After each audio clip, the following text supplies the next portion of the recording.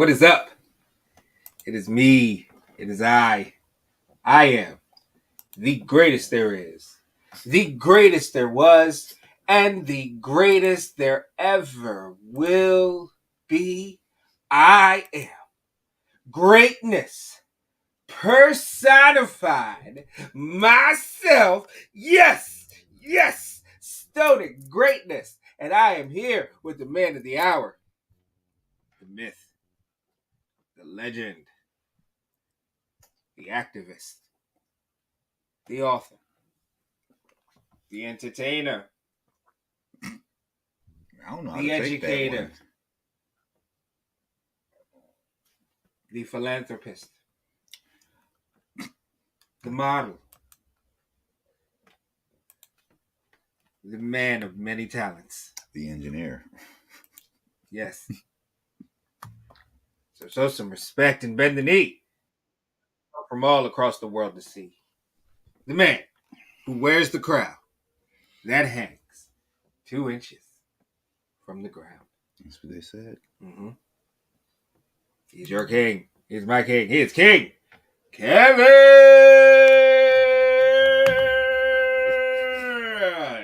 They're a little late, but they're coming. They sleep today. Yeah, they're just in awe of your beauty. Oh, look at him. There you go. There you go. I think they decided to stick around now. They're like, okay, we were late, so let's catch up. What's up, everybody? Thank you guys. All right, thank y'all. Thank you guys so much for joining another episode of the GreatMines Show. Yes. I am very happy to be back with you guys. I'm happy to be back with my bro here, Stoney, to let the show kind of like breathe a little bit and evolve a little bit. Before we get into our conversations, I think we should start with what we've been covering for the past month or so. Right. Yeah, let's start with that. Let's start talking about RuPaul's Drag Race. This is where we're going to start our show. So we're just doing a real quick recap of some information that we've gathered since the finale. Right. All right, so let's see. I guess in good news, or you want to start with the bad news? Not so much bad news, but the controversy. You want to do controversy first or the good news? Yeah, let's start with the good news. Give people some good news. You know what I mean? So, all right. Yeah. I was good. So, good news. WoW and Paramount Plus have announced that season 15 will now be streaming and airing with full 90-minute episodes. Now, for those Drag Race fans, you know, season 15 was the season that got cut short because of that other show that we can't seem to remember the name of because it was that insignificant. It was terrible, but it was called Friends of WeHo. Oh, I purposely didn't mention the name. Okay. Is that good enough? Yeah, cool. Great, thank you. All right. So the producers are going to bring the show back for us to get to see some of the things I think we were complaining that we didn't get to see, like some of the workroom conversations and things, a lot of the mini challenges, judges, deliberations and stuff like that. We'll get a chance to actually see all of that stuff. I'm entering it with a new eye, but it's also like we already know the season. So like this is going to be interesting to see. And who knows? It might make us reconnect with other girls that we kind of probably didn't. We might get a little bit more of understanding why Malaysia Baby Doll Fox got Miss Congeniality. I mean, we might get some answered questions through this. So that, to me, is good news. Right. And unfortunately, I would say that it is great news for the queens because they get they get a second win. I guess they get a second win, and I guess they get, you know, a chance to have a better narrative out there about them. Unfortunately, this is one of those situations where I feel as though it's in the die has been cast situation. And, you know, there are going to be some hardcore fans that are going to go back and watch the full 90-minute episode. I'm going to watch it. But I would say that the GP, you know, run-of-the-mill RuPaul's Drag Race fan, they're not going to go back and watch it, unfortunately.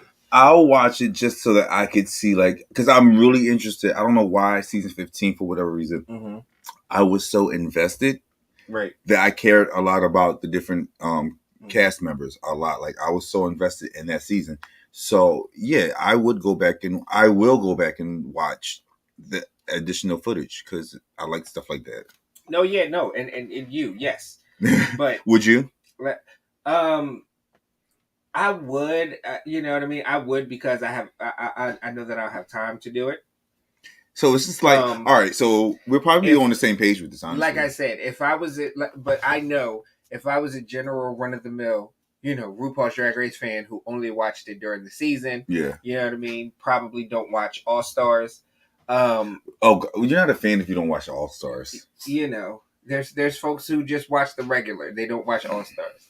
So if I'm one of those people, I'm not, carving time out of my schedule. I already know that Sasha Colby won, and in the eyes of those folks, it was Sasha Colby's crown to lose. From day one. Yeah. So I mean, Anitra gave a good fight, like we always say, but to the GP, it was Sasha Colby's crown to lose. So they're not going to make an effort to go back and watch it, in part because of how dominating of a performance it was at the end of the day. At least I can enter in the season knowing that it's rigged versus me figuring it out halfway through. And again, we already know who's going to win. We know who wins what challenges. We know who highlights and who flops on their face. But at the end of the day, again, there's just those missing pieces. I'm the type of guy that will go on Disney Plus, go to the extra features, and spend the entire hour watching special features and not even watch the movie. So that's me. So I like the behind the scenes. I also do that. That's why we're friends. Yes. So we do enjoy that. But you also got to take it to the account, like I said, the general, because those are the people that matter the most to the network folks, because they figure we're already in the bag. So are they releasing it like they normally release it week after week, or are they going to drop it binge style? No, I think that if you go and stream right now, they're all 90-minute episodes. So, he's going to go check. Yeah, right I'm now. checking right now. He's going to go check. While I'm doing this, hey mom. But while I'm doing this, and we're talking about RuPaul's Drag Race, the not so good stuff. Right. So the season of All Stars. Speaking of Rigor Morris, because you mentioned Rigor Morris. I did mention Rig Morris. So we speculated since season 15, even had some questions probably before that, because we still don't understand how Candy made it to the top 5 of her season, top 4 of her season. But something came out that kind of confirms with what you hear a lot of the queens from past seasons say. Something that we have been speculating, that the producers on the show rigged the hell out of it. Rigor Morris. So I'm going to start with Kahana Montrese. During all the Fame game, she did her cheerleader number. She did this, as RuPaul and Michelle Visage said, her black flip. I still can't say it. Her backflip. Backflip. It was a backflip. Backflip. Not black flip.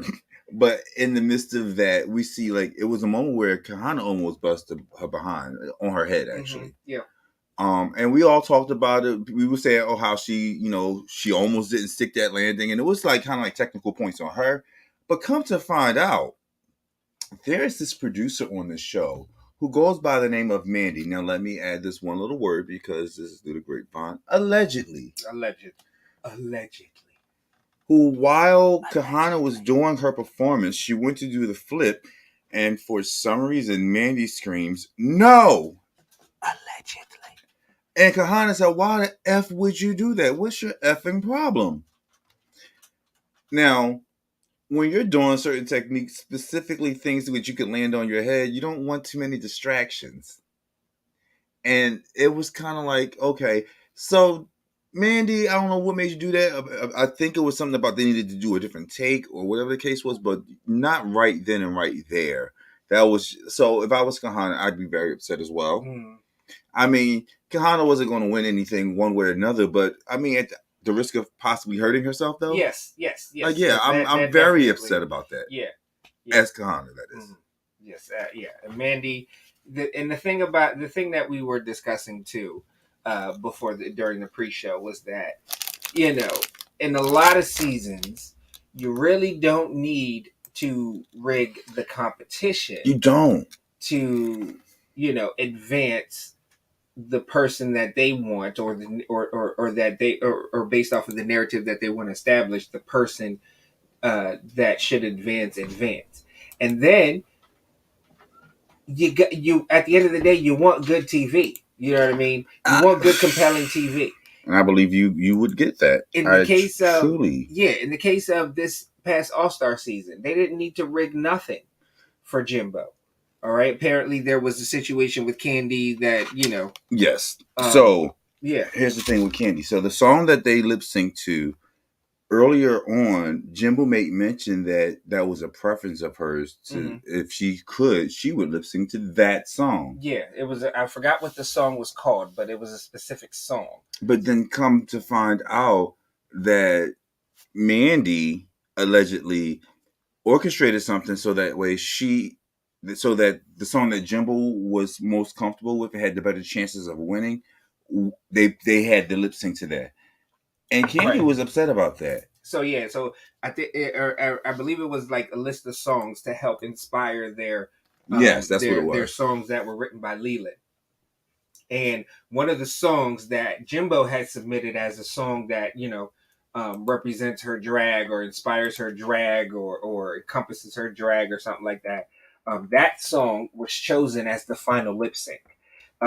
Even though the song that they were doing, which was the original song, they switched it to that particular song that was kind of in Jimbo's wheelhouse, So, and in my opinion, you didn't need to.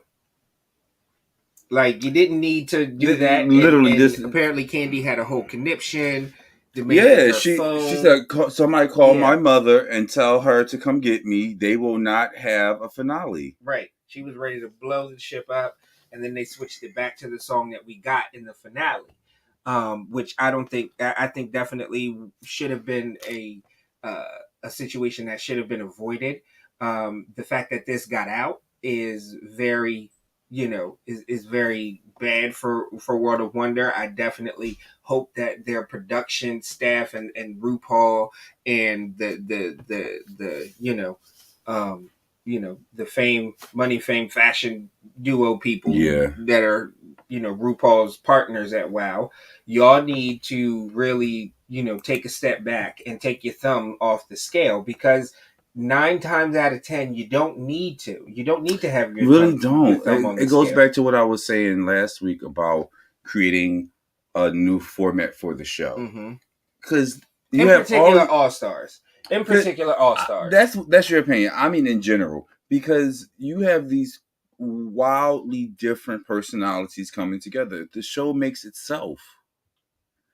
Yes, there's a competition element, and I mean, at least if you know that you're going to if you're going to rig the competition, at least give me that part. Give me the authentic part of it. Let me see let me get to know who these characters are, versus all I get is a little bit of time you give me in the workroom and the narratives that you guys put together through the edit. Like, I mean, you guys are still going to control the edit even if it was a different format. But like, at least give me more. Make me feel like I'm attached to the queens a little bit more. And I'm already attached to them. Don't get me wrong. Right. But the audience, I think, would love that. Right. And get your that's what I'm saying. Get your thumb off the scale. Like, especially like the all winter season was going great. Then you had that debacle at the last, at the tail end of the season that kicked the Vivian out of the final 4 because Shea Coulee managed to squeak a way in. Now let's talk. I'm glad you mentioned that, because sometimes rigging works in our favor, because because I'm biased towards Shea Coulee, but that doesn't make it right. Right, because the Vivian deserved to have been in the top. Shea just didn't cut it that season. Yeah. Now all of a sudden you're going to throw in this twist so that way she's the winner gets 4 stars. When you have all these other performers or competitors who are killing it, dominating, and they're all stars, they're all winners. So I mean, it is what it is. Evie was awesome. Right. I mean, but at the end of the day, it is what it is. You've earned your place in that running. I think for the most part, that was fair in the running, except when they did that. I would have loved for Shea Coulee to win. I would have. But it won the game belonged to Jinx.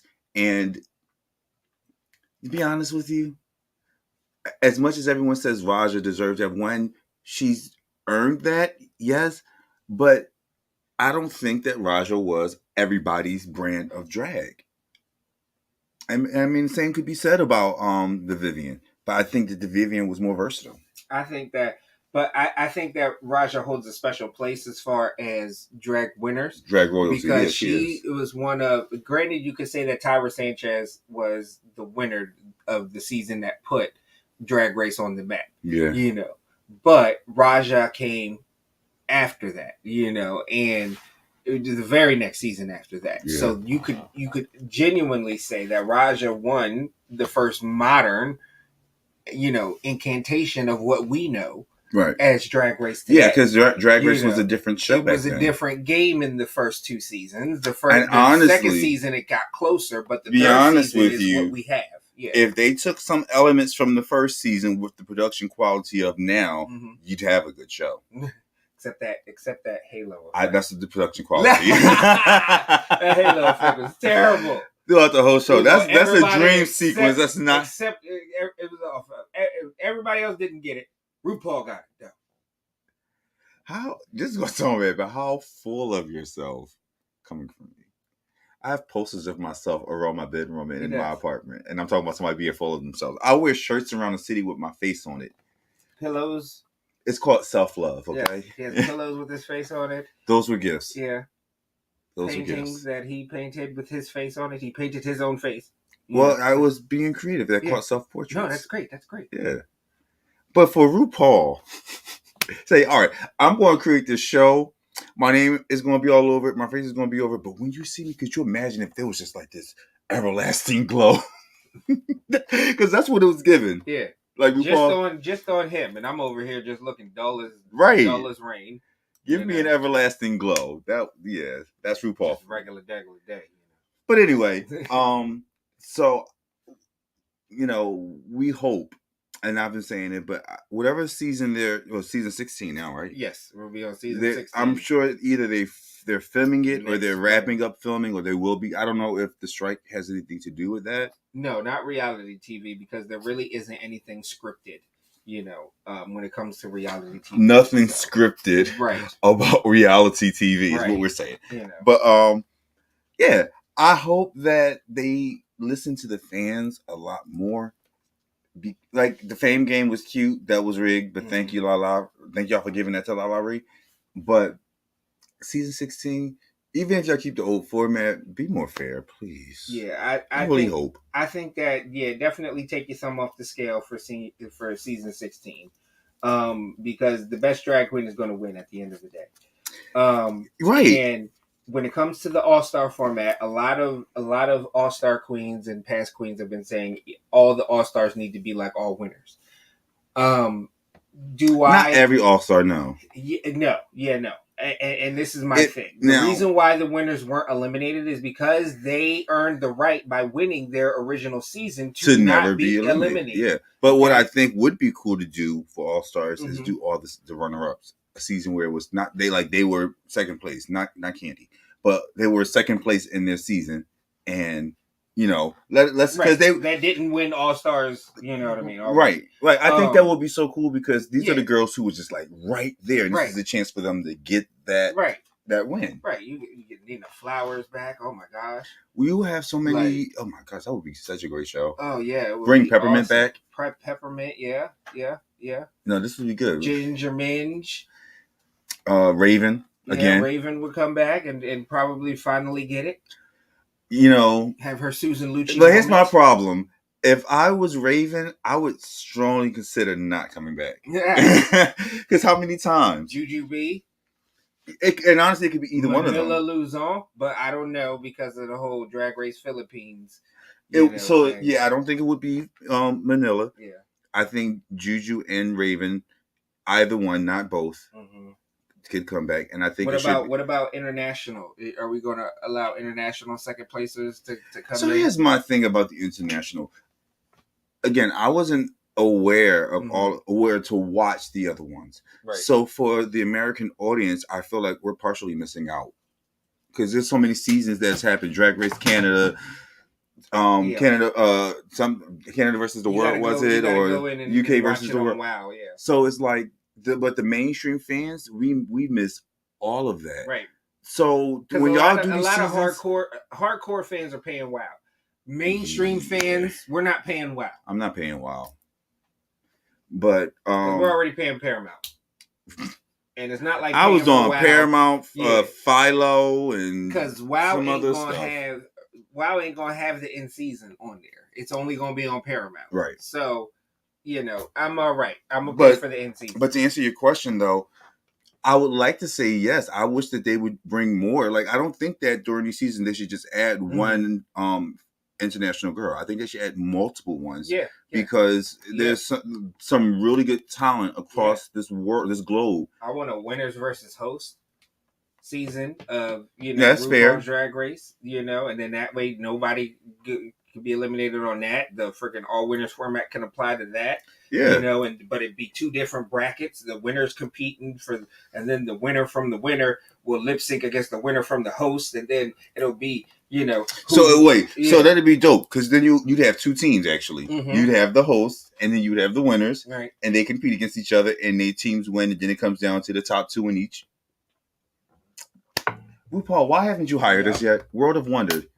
We didn't spit out at least 5 good ideas since the timer started. Like, what are you doing? I don't know. And speaking of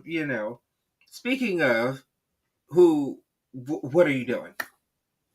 Huh? Oh, what are you doing? Speaking of what are you doing? What are you? Oh. Just hilarious. What are you doing? What are you doing? It's not even what are you doing, because we see what you're doing. Why are you doing? Yeah. All right. So for those of you who aren't aware of what we're talking about, Just Hilarious is a social media personality who has been on podcasts, comedian who's been on Wildin' Out. If you watch, if you want to call her funny, something. Yeah. So this isn't her first time doing something or saying something sideways out her mouth, but she's always attacking trans women for some reason. And she found a reason to go at it again. Right. And this time, for no reason. There really isn't a reason, but she found one. So we're going to get into it. So basically, the way that it started was that a video clip of Just Hilarious on a podcast. I don't even know what podcast it was, but it was with another lady on that podcast, and she asked the question of, what's something that, that I guess the people don't know, or something that you would want to tell, or like a story, like confession type of thing going on. So, she just Hilarious then, basically tells how a famous person, I don't know if she said a famous rapper or famous person. We're going to assume it's a famous rapper, odds are. But a famous person had slid into her DMs and wanted to fly her out, and so as they got to talking, about setting up the rendezvous, it came out that the famous person thought Just Hilarious was a transgendered woman. Okay, meaning that Just Hilarious was born a male and then later transitioned to a female. Well, Just Hilarious is a cisgendered woman, meaning that she was born and assigned, female because of the parts that she was born with, being female, and she lives her life as a female. All right. So, once that came out, the famous person was no longer interested in flying Just Hilarious out, and, meeting up, which kind of like insinuates that the person was hoping that she was a trans person. Yep, because apparently that person was into that at that particular time. So Just Hilarious tells the story about it and everything, and the host agrees that Black women have a problem as far as being masculated and stuff like that and everything. And it genuinely started out as oh, okay, a meaningful clip. All right. Well, the clip started to make its way around social media, and one of the folks that chimed in on the clip was T.S. Madison, who happens to be a judge on RuPaul's Drag Race. Right, judge on RuPaul's Drag Race, synergy here. But so T.S. Madison has a pretty interesting resume, but above all of the things that she's done, she's an advocate for her human rights, honestly, because that's what it is. So she had to speak up because it's like this isn't just about your opinion, but it's a matter of how your opinion affects society. When you have a platform, and this is me talking now, but when you have a platform such as Just Hilarious's, and you get on these podcasts or you do all these things to continuously push this narrative of hate on trans people, like you as a woman by itself isn't a marginalized demographic, or a black woman isn't a marginalized demographic. Like, I don't understand how people get to this place where they feel like they're separate from the whole, in the sense that, like, what laws are going to get passed because of this won't affect you. And before you get into anything else, there was something that she said, what about us? Who's going to protect us? Right. And T.S. Madison chimed in on that. But let's get no, because what happened was, because Just Hilarious's video was in response to T.S. Madison, because there was a discussion going on. Oh no, so she said something else about that then. Yeah, no, that was it. Yeah, but T.S. Madison had brought up the fact that so many, that this is not an issue for this is an issue that affects everyone. Black women, trans women. All right, both black women are getting murdered because they're being accused of being trans when they're not, and trans black women are getting murdered. So she made a comment about that, and then Jess Hilarious took it as T.S. Madison making light of her situation, saying that it wasn't as serious, when really T.S. Madison is saying, hey, yes, I agree that this is a problem. Right. But it's not just a problem, for you. It's a problem for both trans women and black women. I do want to go back to something that that statement about Jess Hilarious saying who's going to protect us, because one of the things that, and then she did a video basically, saying, oh no, you can't come at me, and because I'm a woman, and we're no. Let me make this point real quick, and then we get to that. Yeah, but I'm saying this is what led, because the video that the statement is coming from that video. So there you go. So all right. So what T.S. Madison said in response about that is like, wait, she learned how to fight because she was fighting dudes. She had to fight for herself and then all of her girlfriends. The gay boys that are the best friends to these girls, or the trans girls that are friends to these girls, are the ones who've been protecting them when their boyfriends was beating them up. So it's kind of like, how do you say, where were you? Because like at the drop of a dime, if my sis needed me, I'm there, vice versa. That's the type of relationship. So it's a reflection on you, Just Hilarious, because it's like you just are so adamant about hating trans people. Now I know there was more that you wanted to say, but I just wanted to get that point out about how, like, we are the ones that are protecting our sisters. We have to stand with our sisters because we do understand. An injustice against them is an injustice against us. Right. And my thing is that, and Jess Hilarious really took offense to everything. Like, she really went off. And the disturbing thing is that a lot of Black Twitter was out there agreeing with her. Like, yeah, all these transgender folks are trying to, replace and everything else like that. I cannot speak for the trans existence. I can only speak for my personal interaction with, folks in the community that are living the trans experience. And, from what I know, me personally, the majority of them, especially the trans women, still have their man parts. I mean, to be honest. Yeah. And they're comfortable with it. They don't have any plans on getting that adjusted, they're fine in their skin. They're fine with living and presenting as women, but having all the plumbing and everything else like that, that's otherwise. But at the end of the day, they're a woman because that's what they present, and just respect what they present at the end of the day. I just feel like there isn't a mass movement within the LGBT community to say trans people are here to replace. Okay. Yes, there are a good chunk of trans folks who do go through and follow through with the bottom surgery, both trans women and trans men. But, at the end of the day, it is respecting who they are, and allowing them to be who they want to be. and not being afraid and trying to demonize them and make them seem like they're replacing them. Because at the end of the day, a trans woman, they're not out here implanting uteruses, and that's another thing that's going on Black Twitter and with the evangelists and stuff like that. They're taking uteruses out of so let me say something, putting them in trans people. Let me say something real quick. Okay, it's physiologically impossible. First off, if science created a way to transplant a uterus, the body was not made to expand to deliver babies. No. So they're identifying as a woman is not about having a uterus or having a menstrual cycle. The male hip isn't built to bear children. It's narrow. You know, it would kill us. Childbearing would kill us because it would break our hips. Like, that's why women have a bigger hip bowl, because they can support the baby. Right, because that's next. Not even about passing. We couldn't even carry the baby. Yeah, no, we couldn't.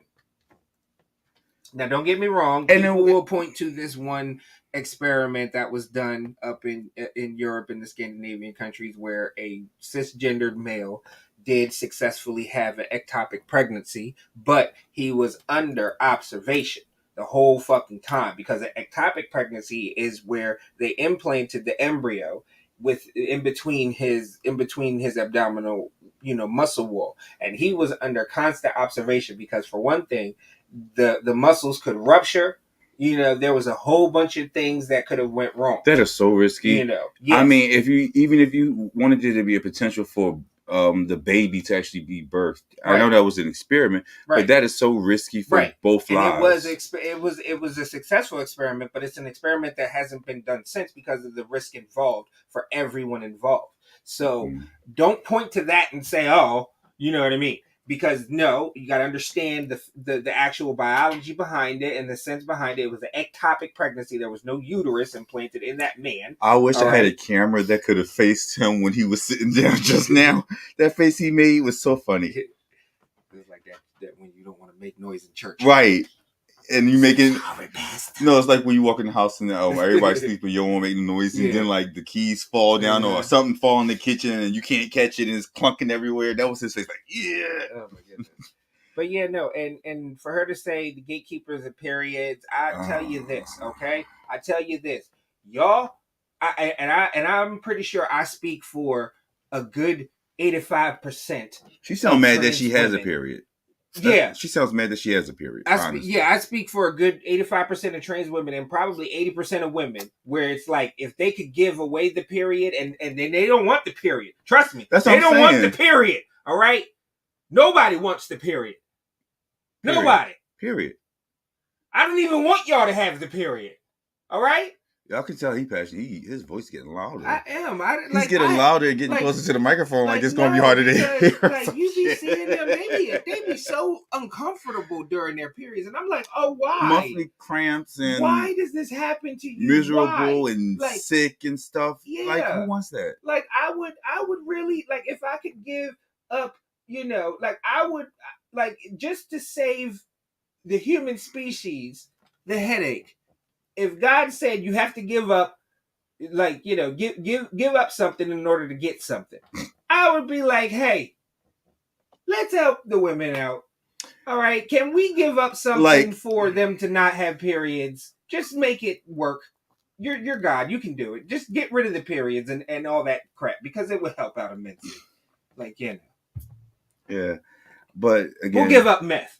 All right, there you go. How about that, God? I like that idea. Take all the meth. Take it all. I like that idea. All right. For no more periods. There you go. That sounds like a fair trade. I think that's an amazing trade. Coming from men watching, comment, like, share, and subscribe.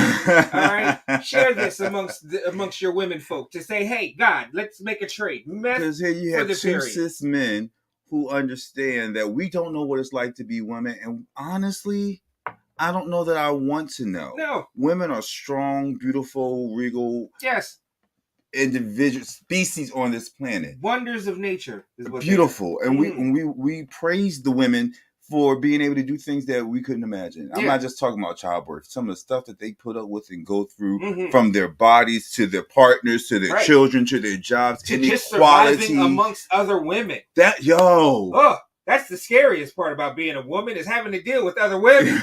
Oh my God. And that's why having a gay best friend is perfect for you, because you get your girlfriend without having a girl. Yeah. And we just simplify stuff. Because we understand the feelings. Just but make at sure the you end keep of the showing day, us we your, really your don't care because we're men. Just show us the pictures, when somebody new come in your DMs. That's all we asking for. Yeah. Let me Just stop. show us the ping. Just show us the ping because we're going to let you know. You know what I mean? Oh yeah, y'all need to come to us if you want to know if he gay or not. Now I'm not about to like outing people or whatever. And if he is, just have a conversation with him about what he likes and what he don't like, and Right, what you're willing to explore, and not be and stuff like judgmental that, or whatever, and not be like, oh, I can't deal with him because if that's the case, then how is it that you my friend? Like, you know what I mean? Oh, this conversation evolved. But yeah, so but no, it goes back to the main root of the whole thing with Jess Hilarious too, is because I'm pretty sure Jess Hilarious has gay friends and stuff like that. And I was just watching Wild 'N Out, and like Santuan, yeah, is like sometimes he's a drag queen, sometimes he's a man, right, but he's always flamboyant, right? And y'all always hugged up. So how do you really feel about this? Tell me how you really feel, Just Hilarious.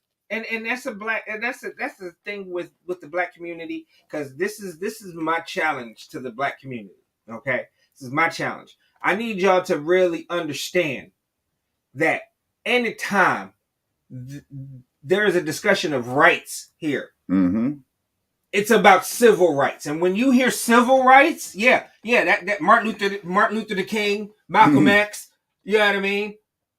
All them people should come to mind and stuff like that, and you should feel a rustling within your soul that is being vibrated from the blood of the ancestors to do something right. Because at the end of the day, anybody's rights are under attack. Our rights as black people are under attack, because we are the gatekeepers of rights here in America. And on top of that, there is the legislative rights, and then with human rights, because there are people in this world who are legitimately murdering people because they are gay, they are trans, right? It's the same deal. That was us. Black folks are doing that to black folks, right? Because of that. It's the same thing as white folks killing us just for being black, stringing us up, picnics, okay? Where that word actually came calling from. us subhuman. And it's the same thing that we do to, well, I'm not going to say we as a community do to LGBTQ. And that's what we're doing community. To our black trans women. Yeah. You know what I mean? You find out that, oh, no, I got to go. No, why? For what? What's stopping those what's stopping a group of white men standing across the street looking at you all types of ways from saying the same thing about you just because you're black? Anytime there is a question of rights here in America, black people need to stand up and be on the side of those rights, regardless of if it's for white people, regardless of if it's for white people, regardless if it's for Asians, regardless if it's for gays, regardless if it's for trans, regardless if it's for lesbian. It doesn't matter. Mexicans. If anybody's rights are under assault, we got to be there, because at the end of the day, they could come at us, and they are coming at us. I'm about to say, you can't tell me that you don't see all of the things they've laid down to strip away as black people, take away the gay, real quick, right? Our rights. So if they can take opportunities, affirmative action going, yeah, you know what I mean. They just blew a hole in gay marriage. Everything is, everything is like. All leads to civil rights at the end of the day. Because at the end of the day, if they could take away one person's right to live and be civil, they could take away anybody's right to live and be civil. So that's why at the end of the day, you can't say, oh, I ain't with that gay shit or anything else like that. That's the worst thing. Because at the end of the day, I may not, I don't partake in it. Right. But at the end of the day, you should respect that gay person's right to do the gay shit over there. Okay? Where it's not affecting you. Okay, then you can move. You ain't got to be here if you don't want to. So make sure that you go vote. Vote the right way. And love one another. Yes. Check your people, yo. Yes. Check your family members that be saying all those homophobic slurs. Yes. If you say you're such an ally, hold them accountable for this stuff, because we keep perpetuating this thing over and over, and we see it happening and we don't say anything. And that's one of the biggest injustices in our society, is that we see that uncle that's racist, or that brother that's homophobic, or that sister that's homophobic, and she's just playing. No, Mm-hmm. don't do that, because people are losing their lives. Right, and you don't know what kind of scars or anything else like that could occur. Speaking of causing homophobic scars, let's move on to a scar on. I wish we did the RuPaul's Drag Race thing last. Only because like this is getting heavier and heavier. Well, no, the last one's gonna be nice. The last one's gonna be juicy kind and of fun. nice. But yeah, but speaking of scars, you know what I mean. Let's talk about a scar in our community, Blueface. Damn, what a way to put it. I said it. He is a scar. He's on that. Community. He's another one that confuses me because I know he's had a lot of people speculate that he's gay. Number one. Number two, I'll be real. He looked like one of them types again that will, that has no problem with getting swallowed by, somebody. They probably prefer somebody feminine, so maybe some Saucy Santana-ish, you know what I mean, or some Gutter, you know what I mean. Right. Yeah, I wouldn't be surprised if he had, you know what I mean, with Gutter. We're not saying it as if he has done that. We don't want to start that rumor. We're not. However, we're not. We're just equating, behaviors. The types that we feel like Blueface would make exceptions for. I feel like he's the type that has to be with somebody that is very feminine, Yeah, but pretty. So the story has it that they were. You gotta tell this one because y'all had it better than me. Yeah. So Blueface, and this was a month ago or some change. But Blueface, there was a video where Blueface's baby mama and some other ladies that were scantily clad and twerking and stuff like that to I guess some of his songs or whatever.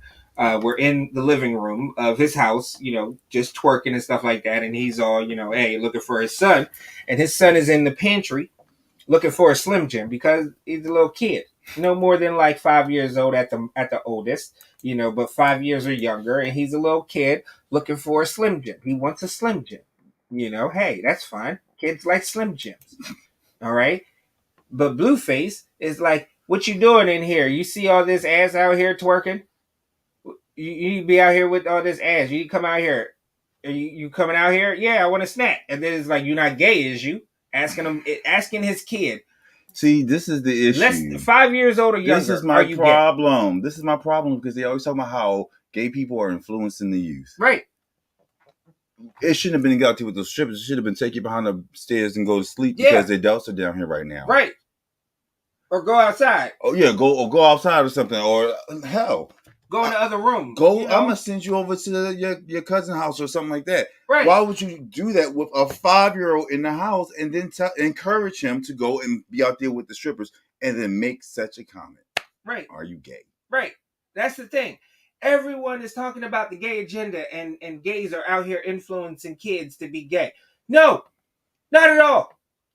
Not at all. Because the amount of grief and vitriol and stuff like that. Yes, our lives are awesome now because we made them awesome. Yep. All right.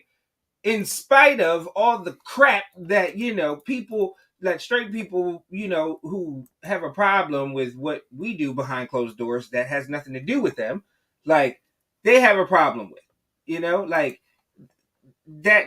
It boggles my mind how just asinine that logic is. Like I'm gonna make your life hell because of something that you do that I can actively choose not to do. Like what? That's the thing that gets me. Don't live my life. Yeah. Simple as that. I don't live yours, you don't live mine. Mind your business. Like it goes back down to the influencing of children in this point. Yeah, exactly. Because the straight agenda is out there influencing kids every day, and we do not Let's talk about everywhere. This. Let's talk about this because basically what you're saying, not only I want you to be straight, but I want you to be a womanizer. Yeah. It's pretty much what you're saying to your son, your 5-year-old son, and you're going to raise him to be dysfunctional and abusive. And think that women are objects. Exactly. Meant for my gratification and pleasure and nothing more. I don't understand how full formed people. I don't understand how people like Just Hilarious and Blueface aren't canceled. Like, and we all know that uncle or that cousin that like is a drug dealer and is like got a couple of bodies on his record and been in and out of jail. Oh, we love so and so, blah blah blah blah blah. But that cousin that's gay, or the cousin that's trans, we have an issue with, Mm-hmm. who's got multiple degrees. We don't invite to the cookout. We don't invite them over for Thanksgiving or Christmas or Easter. And see, that's the thing. What people don't seem to understand when people put together gay families, why they mean so much to people. Mm-hmm. Because I'd much rather surround myself with people that I know and love me. And my authentic self. Exactly. My authentic I don't have to be a squirrel. Right. Living in a world with someone else's face on. Shout out to Secret Invasions, which was awesome. It's mixed reviews on that. I know. And but I say kind of screw agree the with mixed them. reviews. It was awesome. I got some issues with it too. Yeah. But no, I don't want to walk around wearing someone else's face. Right. So if I got to be something that I'm not to be around you, then I need not be around you. Exactly. And that's what my next problem is, because if I've made that resolve within myself, who are you to come into my world and interrupt my world because you don't like my lifestyle? And not to mention the scars that you could be causing on that kid, because he don't know what he like right now. But you just impressed upon him that the one thing that is bad is being gay. Right, at 5. Now this 5-year-old's going to grow up, that's wrong. I can't be gay because that's a bad thing. Right. And then God forbid that this child would have developed to be a gay person, and now they have this self-hatred. Right. And they're going to carry that no matter, they're going to carry that.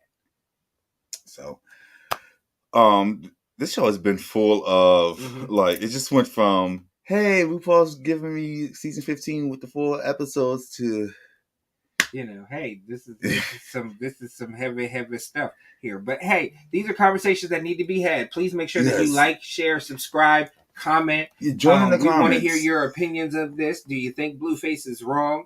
Do you agree with Jess Hilarious that, trans women are, trying to replace regular women? Is it like, are we wrong with thinking that, the straight agenda is, excessive? I really do feel like it's more rampant than whatever they call this gay agenda. Yeah. Because all I know the gay agenda to be is love. Like, don't be promiscuous. So are straight people. So don't give me that. Are we more promiscuous? Yes. Yeah. But still. It's just we talk about our promiscuity. Exactly. It's bad for women to talk about their promiscuity. That's why we don't know about it. Because tell you what, if it wasn't, women, especially to us.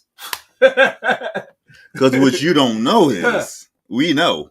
We know. But, but yeah. I find that being gay is a blessing. Yeah. On this beautiful Sunday. And, so trying to make a segue. Yeah, that's why I'll be rambling like this. Speaking of things that are beautiful, Dwight Howard is a beautiful, beautiful basketball player, guys. So before we get into this, during our pre-show, our friend was a part of the conversation. He had to run to the store for something. He said, I gotta be back for this part of this conversation. Like I think this is going to be like the pick me up. Yeah. Can I actually do me a favor though? Can you turn those on? Because it is hot. Thank you. Yeah. So Dwight Howard, beautiful basketball player. Okay. You might know Dwight Howard. He played for the Orlando Magic, the LA Lakers. He's 6'10". He had some time here in Philadelphia with our 76ers. He's played for Denver. I mean, he's played on a lot of places. He was a highly touted draft pick coming out of his high school. One of his baby's moms named Royce. She was one of the original basketball wives, one of the realest ones on that show. And shout out to Royce, I love you. But yeah, so he's been in the news as of late, and on all the trades and blogs and everything, because a lawsuit has been filed against him. Oh yes. Now, I think that this is a funny story. Mm-hmm.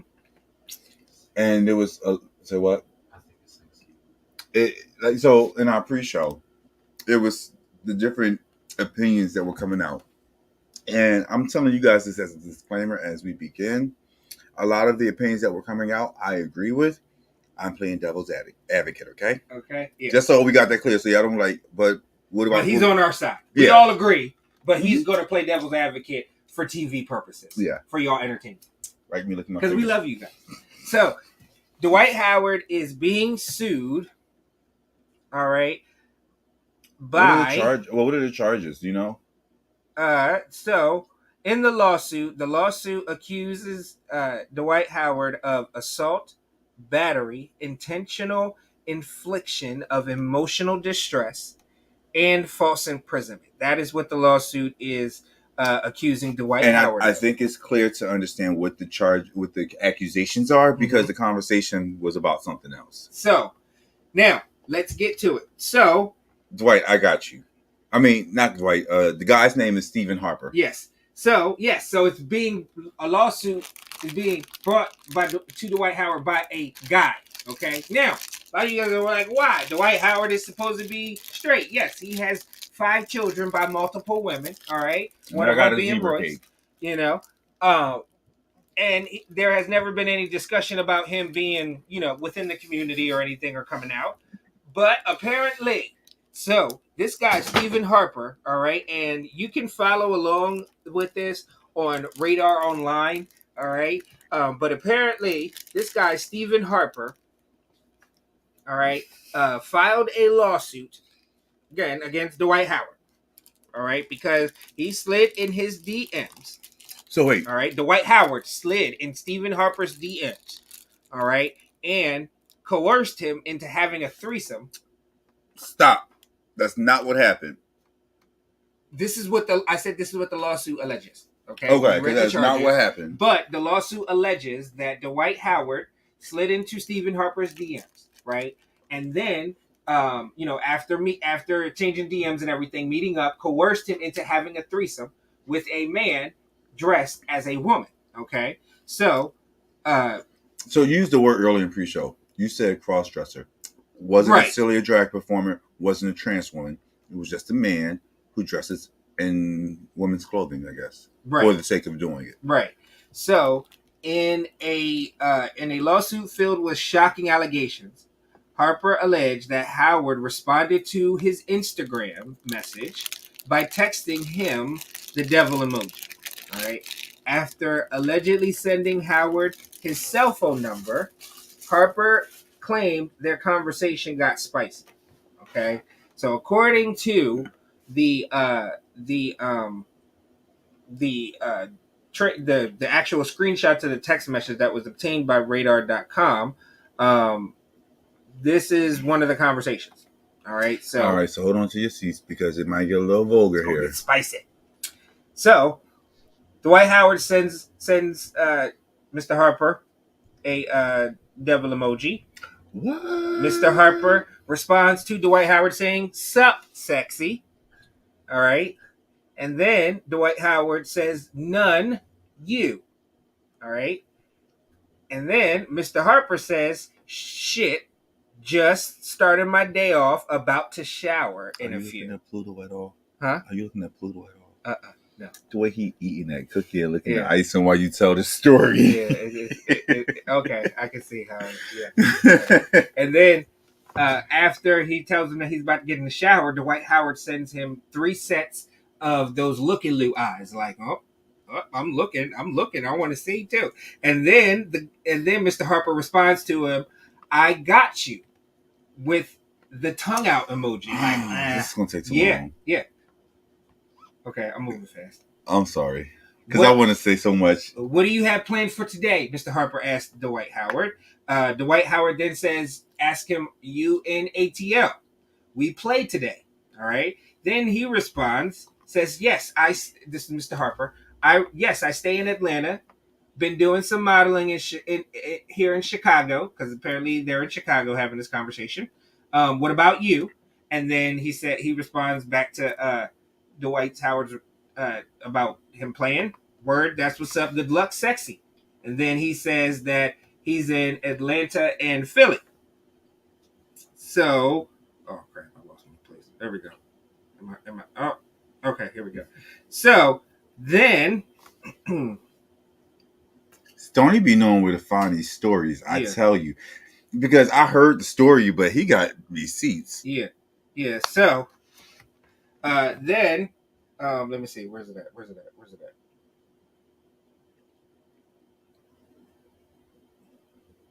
Just had it. I'm about to pull up on Twitter again. I got it. All right. Okay. So then they have a conversation, I guess, over a few course of a few days. Then it says in the alleged screenshots attached to the lawsuit, okay, Harper replied, "Yes, I understand, sexy. We grown. I'm not offended at all." Now this is a part of a different text chain, all right, because after they had that conversation, they had exchanged some pictures and stuff. Because then the next chain that we have here says Dwight Howard is telling the guy, "I want more." And then he says, "I got you, Poppy. What are you into? You like freaky shit." And then Dwight Howard says, "Yes, I'm into freaky shit." But then he prefaces it and says, "Now I want you to know I'm not like gay or anything. I'm just a little nasty sometimes. I don't want to offend you." And then he responds, "Yes, I understand, sexy. We're grown. I'm not offended." Dwight Howard then sends him the drooling emoji and then asks Mr. Harper, says, "Let me see eggplant emoji." Okay. So after that, all right, later that day during that conversation, uh, Dwight Howard allegedly asked Harper, "You have some cum shots." When Mr. Harper responded, "I don't. I can make you some personal ones though." He claimed Dwight Howard wrote back, "I just want to see your eggplant emoji." So then we get to July 19th. On July 19th, Howard allegedly texted Harper he was thinking about that meat. Later, later reportedly telling him, "I want it." And Harper asked when. Uh, Dwight said now. Dwight Howard then said now. Yep. Dang, it jumped on me. Okay, here we go. So Steven said, "Who all over there? Yep. I don't want to raise no eyebrows." Right. Dwight says, "Nobody. My son in his bed." Okay, perfect. He said, "You would just have to leave before everyone's up." Okay, you gonna be up? Wait. Okay, you gonna be up? You know I'm an hour away. Right. I'll come. And he says, "Yeah." He says, "Bet. Let me get ready." Okay, tongue out, eggplant emoji. Yep. Harper then included an alleged Uber receipt, which he believes proves he took a ride to Howard's home. The receipt shows that Harper responded that he was on his way. All right. Then Howard allegedly asked, "You want to have a threesome?"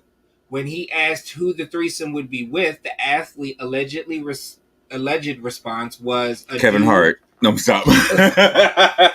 Was a dude or a girl, but revealed they can't come until after 4. All right. So this is 4 a.m. by Right, the way. 4 a.m. All right. The alleged Uber receipt showed that Harper ordered his Uber ride on July 19th at 1:21 a.m. It's roughly an hour and 40 minutes from the pickup and the drop-off addresses listed. Okay. According to radar.com, all right, while Harper allegedly told Howard he didn't want to have a threesome, he claimed the man dressed as a woman called Kitty later showed up at the NBA star's home. Harper alleged he told Howard he wanted to leave, but the NBA player convinced him to stay. In the lawsuit, Harper claimed Kitty turned on an adult film and performed oral sex on Howard before the latter made a move on him. Okay, so Kitty tried to make a move on Harper. All right. Harper claimed that Howard grew angry when he verbally told him no. Harper said that he feared they would harm him if he resisted Dwight Howard's and Mr. Kitty's sexual advances. All right. Mr. Kitty. According to the lawsuit, Harper said the defendant stood up, towering over me, Mr. Harper, grabbed Mr. Harper by the thigh, forcibly removed Mr. Harper's underwear, held Mr. Harper down, and Dwight Howard performed non-consensual oral sex on Mr. Harper, allegedly, the suit reads. Mr. Harper was in fear of imminent bodily harm when he was pinned down and forced to remain in place while Dwight Howard continued to sexually assault him. The suit alleged that Dwight Howard then demanded Harper to come to the bed. Harper claimed Mr. Kitty performed another sex act on Dwight Howard while Howard shoved his penis into Mr. Harper's mouth. It is important to note that Dwight Howard has never identified as gay or bisexual and has 5 children with multiple women. But yes, so that's what's going on, folks, with Dwight Howard right now. He's made a comment that, and the only comment that he addressed was basically saying that he will not address anything that goes on in his personal life, which he has a right to say. Absolutely. Good for him. Absolutely. Now, this is where I stand on this, okay? This lawsuit is going to be presented, and I'm thinking on more of a logical legal side of things, This lawsuit is going to be presented to a jury of their peers. Folks know that, or there is an assumption, a stereotype, a bias, if you will, that, gay men, bisexual men, are promiscuous. Why would you do that? Yeah, that they're promiscuous. So there is already an assumption of the fact that you are a whore, Mr. Harper. Okay? It's already going to be an assumption. It is just a matter of you proving that you were genuinely afraid and that you genuinely couldn't leave and that you genuinely, were in danger of your life if you did not, just submit to their, their sexual advances. And that's going to be hard to prove. It's going to be really hard to prove.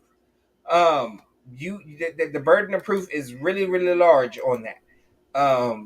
Because the text messages. Don't mind me, y'all. The text messages show. This is behind the scenes look. Behind the scenes look here. But the text messages show that you were down with sexual activity with Dwight Howard. Yes. All right. Now, once you got there, okay, and according to the receipts that you provided, he had brought up the threesome before you even got there. Yes. All right. Took you an hour and 40 minutes to get there. Okay. You left at 1:21. Mm-hmm. Hour and 40 minutes would have been almost 3:00 in the morning.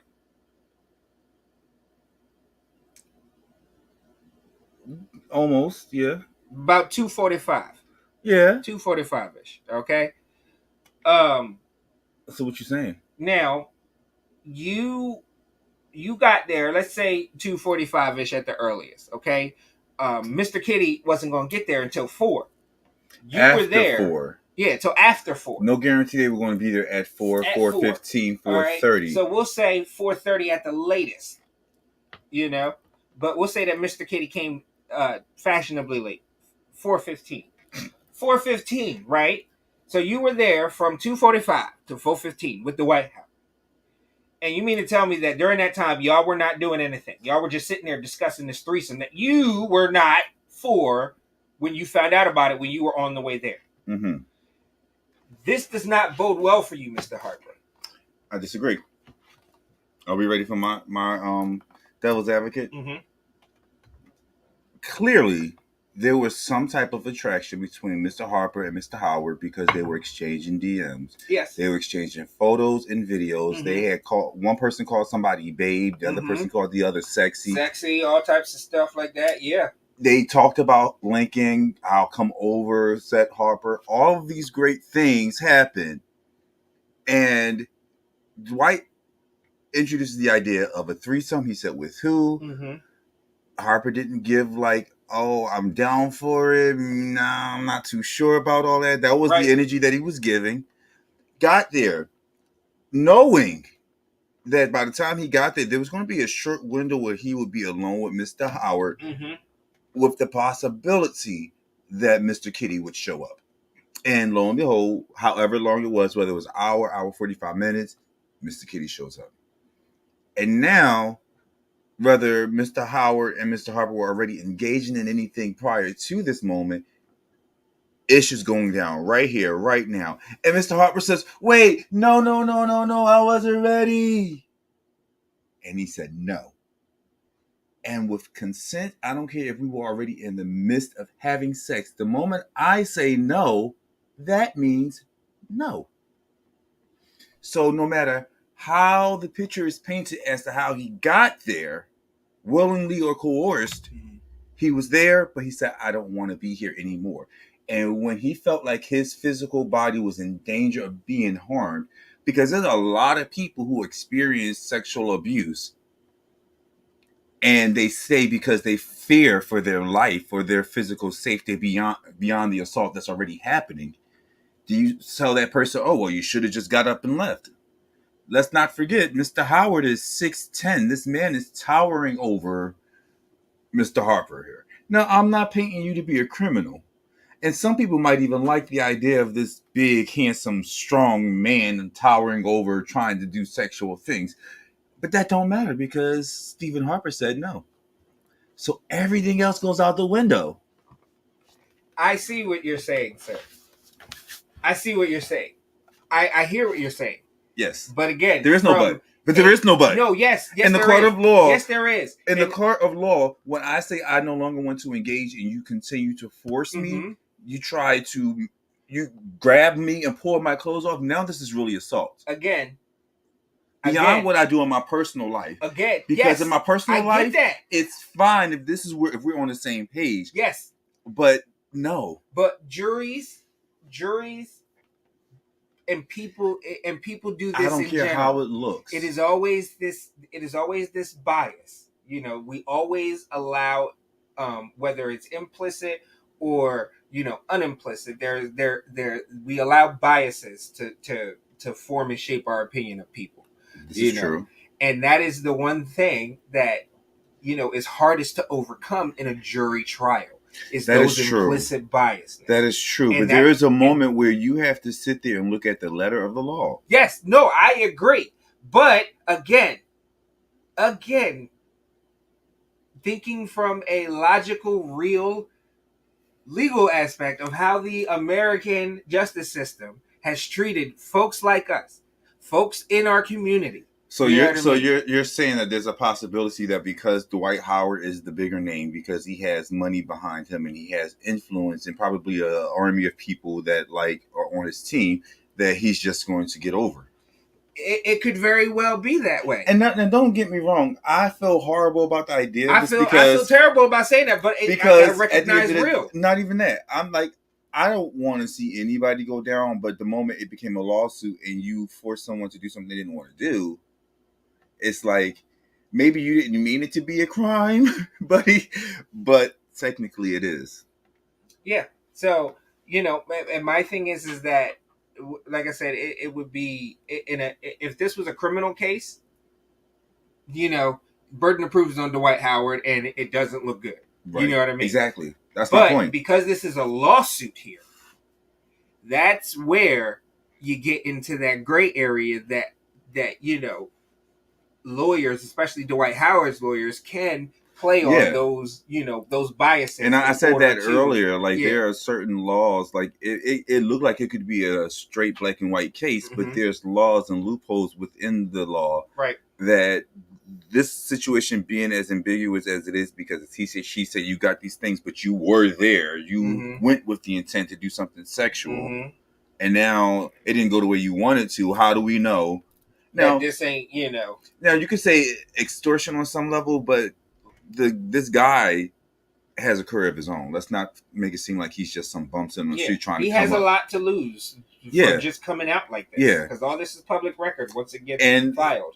I don't know. Maybe we should look into it and see if Stephen Harper was openly gay. Because maybe he wasn't. And there was a moment where, Dwight Howard was like, I'm not gay or nothing, so I'm just a nasty freak or whatever. These reactions are great. But it's like we don't know how this other guy identifies, and maybe he didn't want to put it out there, but also at the same time, that's another thing you got to think about, because to squash this instead of sending it to court, this could easily be a quiet, covered up settlement. That could have been that without it hitting the public. Right. So that's when I start to look at Mr. Harper like, okay, so you did go there. Mm-hmm. Circumstances happened to where you felt uncomfortable and you wanted to leave. You couldn't leave right then and there. Could have went and spoke to your lawyer, have your lawyer speak to his lawyer, say, hey, this is a situation that my client is dealing with distress in X, Y, and Z. And I would rather us not have to take it to a criminal court or to a civil court. Maybe we can settle this amongst ourselves so Right. that, we would hate that type of publicity for my client. So many ways to spin that. But it does make me feel like it could have easily been. Yeah, I hate this. I hate being like seeing both sides of things because in one situation, Dwight's the criminal. In the other situation, Steven's the criminal. Yeah. Yeah. And at the end of the day, it is, in my opinion, it is like, especially when it comes to sexual situations. Yeah. Communication is key. So important. Communication it's is scary. key. And I would say that, back in the day when I was, doing my little sexual things, it was like I would over communicate. Like I would be, en route, texting with, my little hookup. Hey, all you try to do is this, even though we done had like 2 different discussions about it, because I need to make sure that ain't nothing changed between when I get on the way to you, So, a safe bet, and this is how I feel about like any of my partners. Mm-hmm. A safe bet for me, because I don't want to deal with any type of legal issues. I don't want to have to deal with like sexually transmitted things. I don't want to have to deal. And it's kind of weird because of the industry that I'm in. Mm-hmm. But I don't want to deal with those types of things. So when it comes to my personal circle of people that I'm in, I deal with the same people. You got to be lucky to get into that circle and you may think, oh, he a hoe. With the same group of people, yes, I am. So I don't know. I feel like on some level, you got to be careful who you connect with because there's some crazy people out there. Oh, wow. What's up, Rex? So by the way, we are 12 minutes over our time. Right. But the conversation just evolved and getting good. But I want to go back to this whole thing. Make sure you go back and watch YouTube so that you can be in on all the good conversations. Yes. We done had some great conversations today. This idea of celebrities who want to do what they want to do without having to worry about, I'm going to expose you. Right. Because in an interview, Dwight said, I'm not going to make comment about who's in the bedroom with me, that's not nobody's business but mine. So it's like, it's a shame that people have to do it, but like you gotta have NDAs and stuff and it's like when you're a normal person and you start to stumble upon fame and celebrity, you don't think about those things. Dwight, you could have been more careful. I know you know better. You're a part of the NBA, and all the baby moms that you got is not including all the people that you connected with, male and female. You should have known better. Yep. To sign an NDA. Yep. Ain't nothing. And that does not excuse you from any type of assault or abuse. Right. But it's to say what we do, especially because I'm not on that level. It's between us. Right. Don't be talking to people about my business. Right. Right. And my thing is that it ain't nothing to have your lawyer draw up some NDAs that you can have in a drawer. It ain't nothing to get one of your homies who you always have around. Them. I have NDAs. It ain't nothing to get the homie. And I'm not even on that level. Right. It ain't nothing to get the homie who's always around you. Get him to be a notary.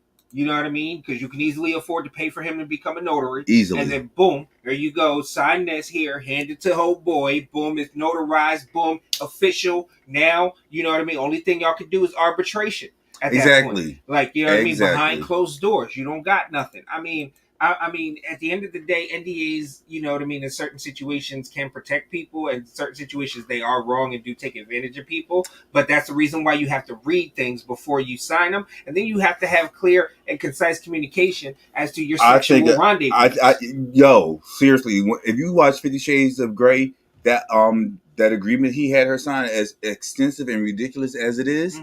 Stuff like that is so important because people say, oh, well, I didn't expect that. He didn't tell me that. She didn't say that. And then want to take you to court. No, we had a whole conversation about this. You signed.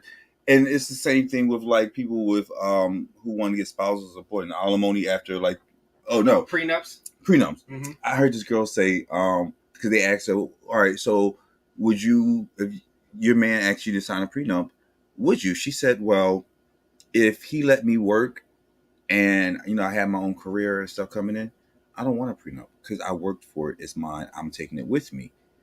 But if he tells me not to work, stay home, take care of the kids, and then you want to just leave me, yes, I want a prenup. If you're that type of guy, that makes sense with circumstances, with reasons. Certain things make sense to do. Now it depends on the type of prenup, because I was always like, I always had it in my head that if I became rich and powerful, I didn't want to be rich and famous. I wanted to be rich and powerful.